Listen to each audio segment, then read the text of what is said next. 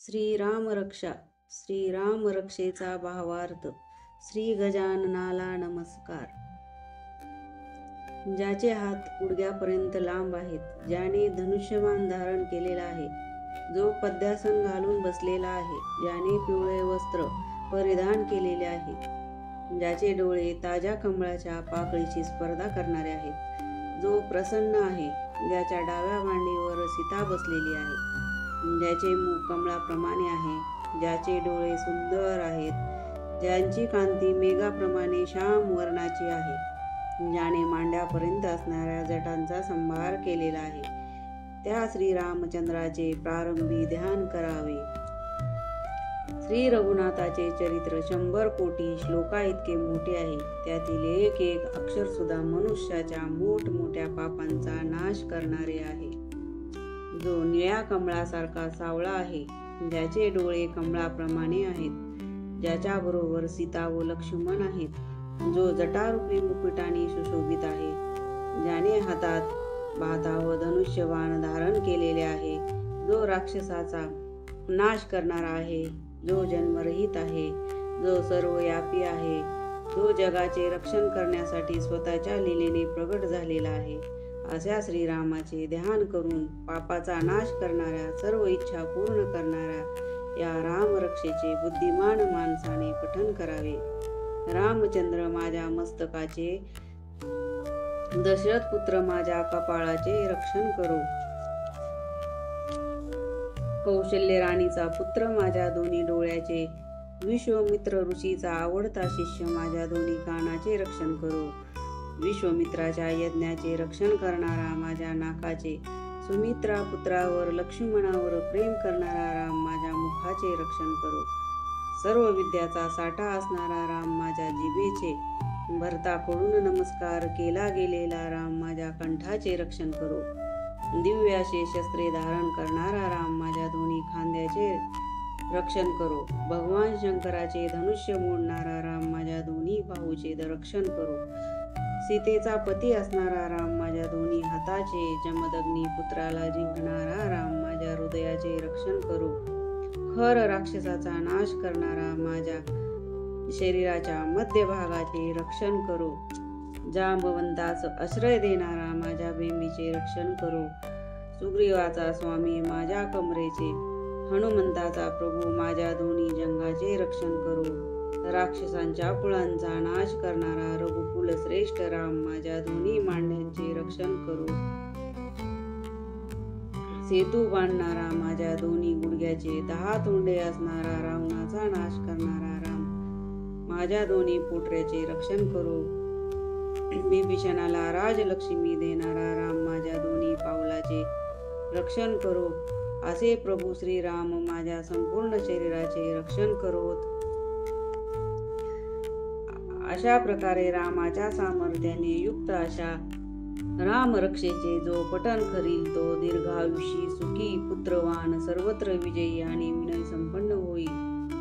पाताळ भूमी व आकाशात संचार करणारे कपटी आचरणाचे लोक राम नामाने रक्षण केलेल्या मनुष्यास डोळ्यांनी पाहू शकत नाहीत. हे राम राम रामभद्र अथवा हे रामचंद्र असे स्मरण करणाऱ्या मनुष्यास पाप स्पर्श करीत नाही व त्यास सुखोपभोग आणि मोक्ष प्राप्त होतो. जगाला जिंकणाऱ्या राम नाम या एकमेव मंत्राने मंतरलेला ताईत जो गळ्यात धारण करेल त्या सर्व सिद्धी प्राप्त होतात. इंद्राच्या वज्राच्या पिंजऱ्याप्रमाणे असणारे हे राम कवच याचे जो स्मरण करेल त्या अबाधित अज्ञा असणाऱ्या त्या सर्व ठिकाणी विजय व मंगल प्राप्त होते.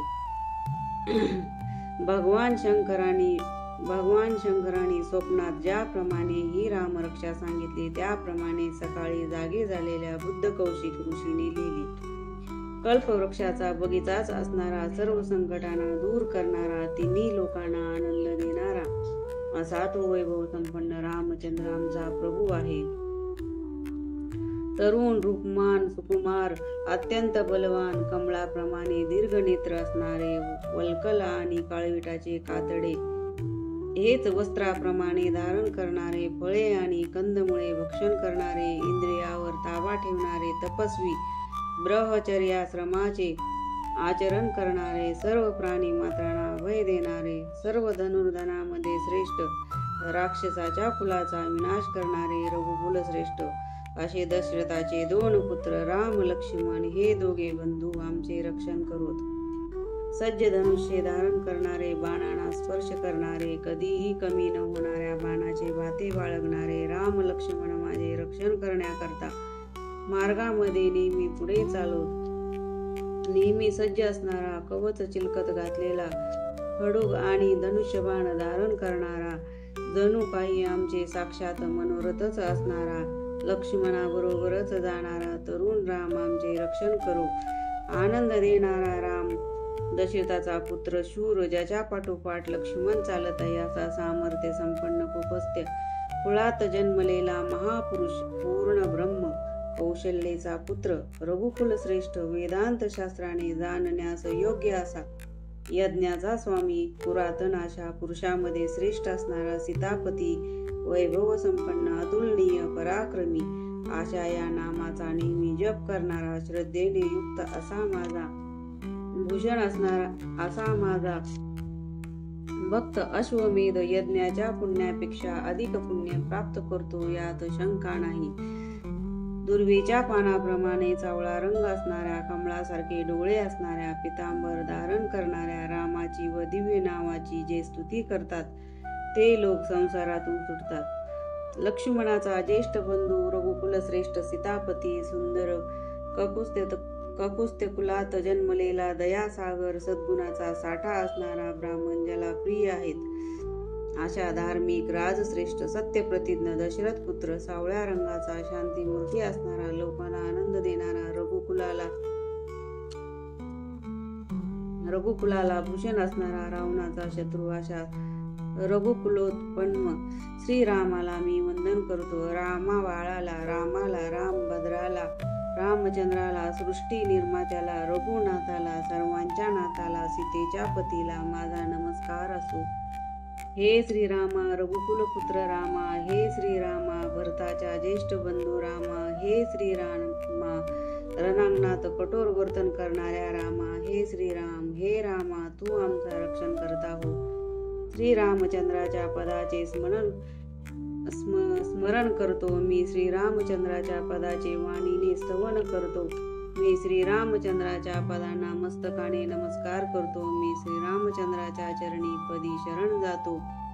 राम माझी जननी, राम माझे पिता, राम माझे प्रभू, राम माझा मित्र, एवढेच काय माझे सर्वस्व दयाळू श्रीरामचंद्र आहे.